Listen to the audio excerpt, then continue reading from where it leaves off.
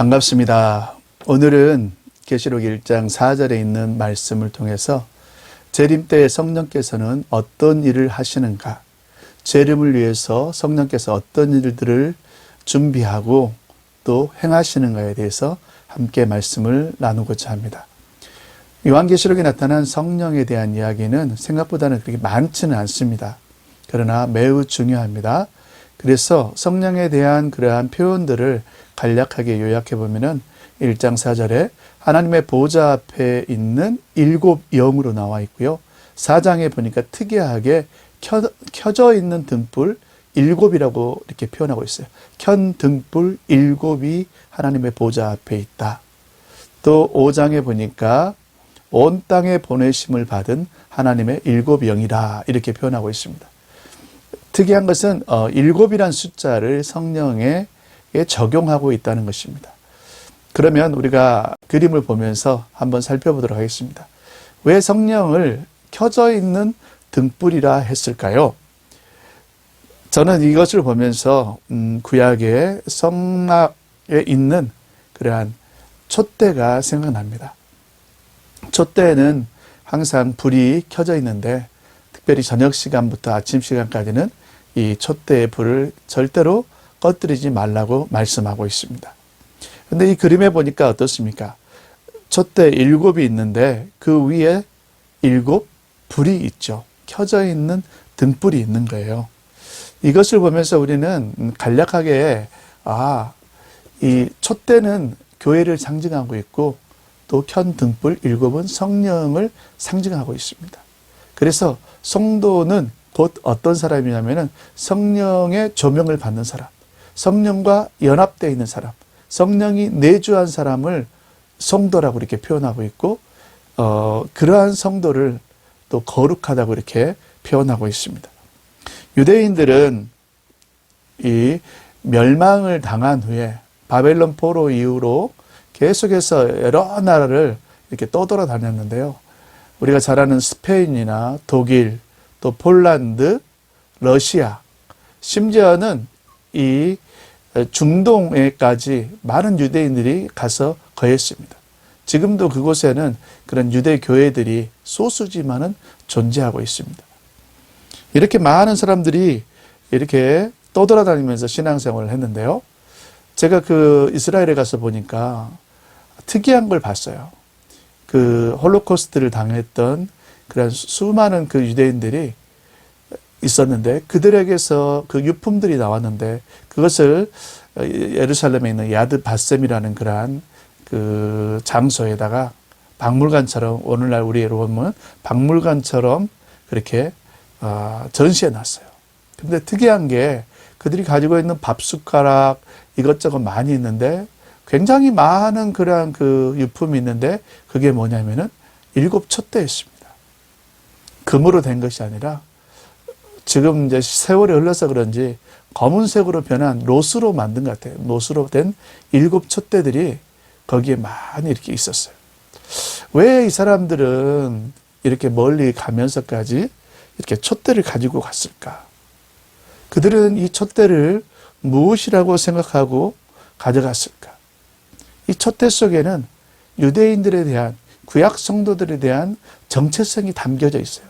제가 보니까 가장 잘 담겨져 있는 것이 이 7 촛대라고 볼 수가 있습니다.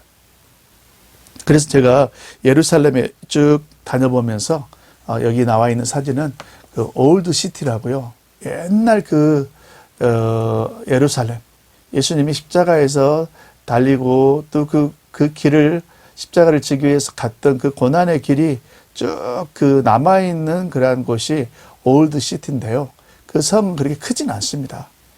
근데 잘 보관되어 있어요. 그래서 제가 보니까 잘 보존된 이곳을 가보니까 이곳에 중앙에 보니까 뭐가 있냐면은 이렇게 금으로 된 완전 금으로 된 그러한 34kg짜리 이 7 촛대가 그 예루살렘 중앙에 전시되어 있어요. 왜 이렇게 사람들이 이 촛대를 잘 보존하면서 또 계속해서 이스라엘의 정체성으로 이렇게 전시하고 있을까? 우리도 한번 같이 생각해 볼 필요가 있습니다. 우리는 교회의 상징을 일반적으로 뭘로 보고 있습니까? 우리 개신교에서는 십자가로 많이 보고 있죠. 그래서 교회를 이렇게 건축하고 난 다음에 그 지붕 위에 십자가를 달잖아요. 십자가를 달아서 여기가 교회다 이렇게 알리고 있어요, 사람들에게. 그런데 제가 보니까 성경을 이렇게 쭉 읽다 보니까 과연 십자가가 교회의 상징이 되어야 되는가? 아니면 더 좋은 것이 있는가? 이렇게 생각하지 않을 수가 없었어요. 예수님은 교회의 상징을 십자가라고 말하지 않고 계시록 1장 20절에 보니까 이렇게 말씀하고 있습니다. 7별은 7교회의 사자요 7촛대는 7교회니라. 교회의 상징을 7촛대로 이렇게 표현하고 있어요. 7촛대는 앞에서도 말씀했듯이 성도와 성령의 연합을 상징하고 있습니다. 성도와 성령의 연합을 상징한다는 것은 곧 그리스도의 죽으심과 부활하심, 그로 말미암아 죄사함과 성령이 내주했다는 그 모든 것들을 갖다가 그러한 이 상징물에 잘 표현했다고 볼 수가 있습니다. 그래서 구약 성경에 보니까 출애굽기 25장이나 27장에 보니까 이 7촛대는 바로 교회를 상징하고 있구나. 구약 성도들을 상징하고 있구나. 또 신약 성도들을 상징하고 있구나 하는 것을 알 수가 있습니다. 바울 사도는 데살로니가 교회 성도들에게 편지하면서 성령을 소멸하지 말라 이렇게 말씀하고 있어요. 이거는 구약 성경에 나와 있는 성막의 그 촛대에 켜져 있는 7 등불을 갖다가 꺼뜨리지 말라는 그런 말씀과 유사하다고 볼 수가 있고요. 그래서 결국에는 성도는 성령의 조명을 따라서 내주하시는 성령님의 조명을 따라서 살아야 한다는 것을 우리에게 보여주고 있는 것입니다.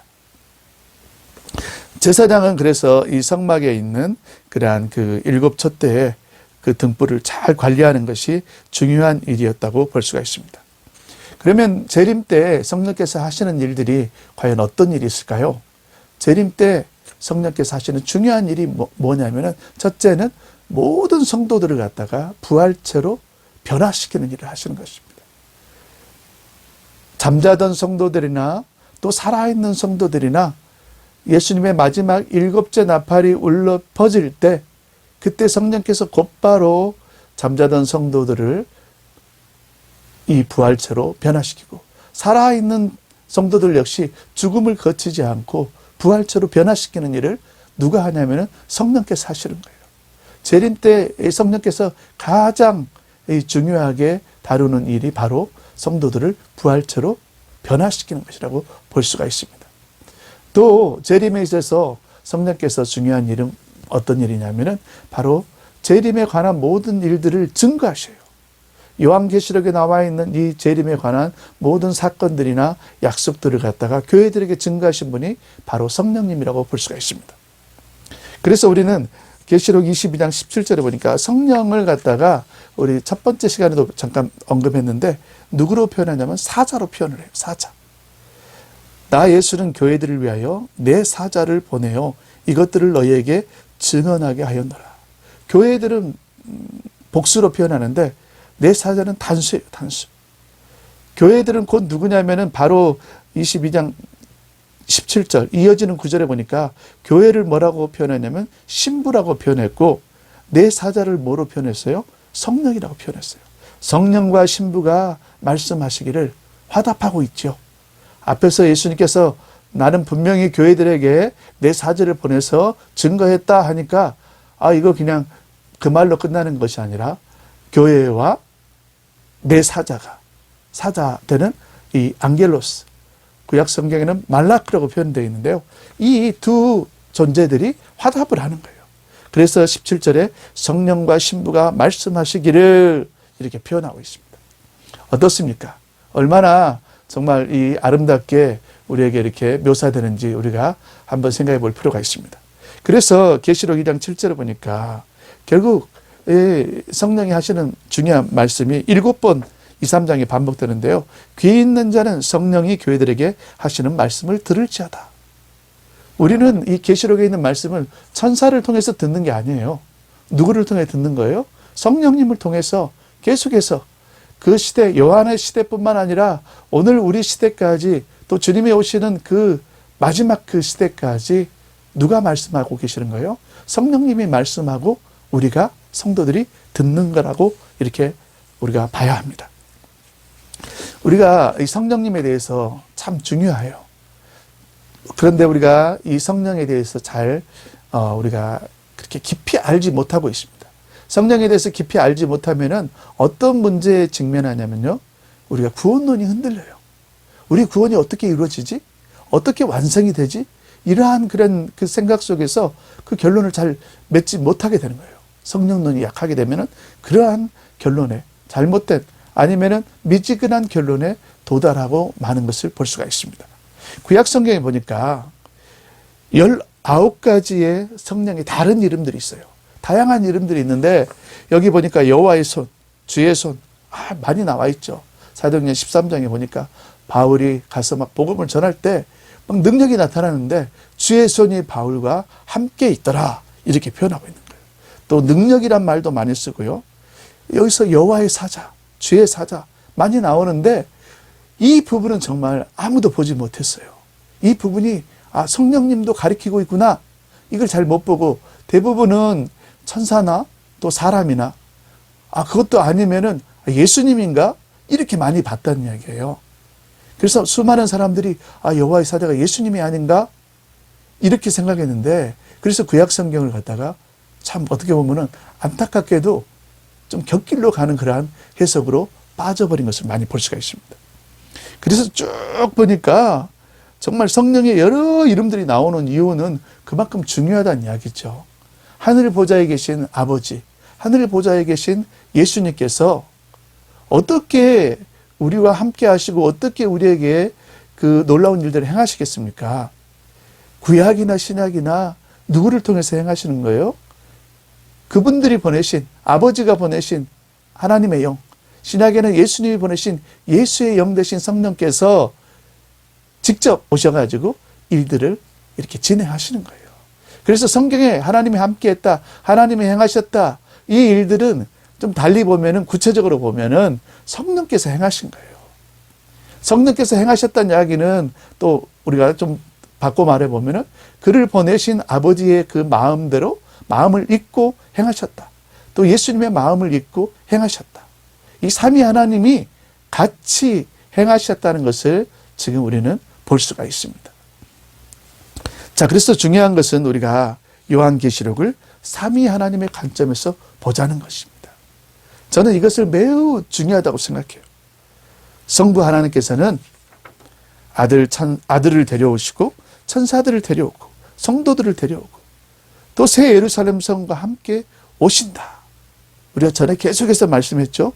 그래서 오셔가지고 혼인잔치를 준비해 주시고 그 혼인잔치에 필요한 모든 것들을 갖다가 새 예루살렘 성에서 이렇게 제공한다. 우리가 이렇게 배웠습니다. 성부 하나님이 오셔야 돼요. 재림의 장소에 삼위 하나님이 함께 하시는 거예요. 아들 예수님은 당연히 주인공이시죠. 성도들을 위급한 상황에서 적그리스도의 그러한 정말 위급한 위험을 가하는 그런 위급한 상황에서 우리 예수님께서 늦지 않도록 속히 오시는 거예요. 반드시 오시는 거예요. 이 속히 오신다는 말도 우리가 시간적으로 막 속히 이런 개념이 아니라 우리 성도들의 구원을 위해서 그 살아있는 성도들이 마지막에 다 죽게 됐을 때 그 정말 적그리스도의 손에 다 어떤 그러한 목숨이 위태로운 상황에서 늦지 않게 오신다. 이걸 좀 속히 오신다 이렇게 표현한다고 이렇게 봐야 합니다. 또 성령님께서는 어떤 일을 하셔요? 오셔가지고 성도들을 부활시키고 또 계시록에 있는 귀한 말씀들을 교회에 증언하는 일을 계속해서 주님이 오실 때까지 하신다. 이렇게 말씀하고 있습니다. 오늘 이 중요한 말씀들을 함께 봤는데 삼위 하나님의 관점에서 우리가 계시록을 보게 된다면 정말 풍성함에 우리가 도달할 것입니다. 자, 다음 시간에 계속해서 이어서 말씀을 전하겠습니다. 감사합니다.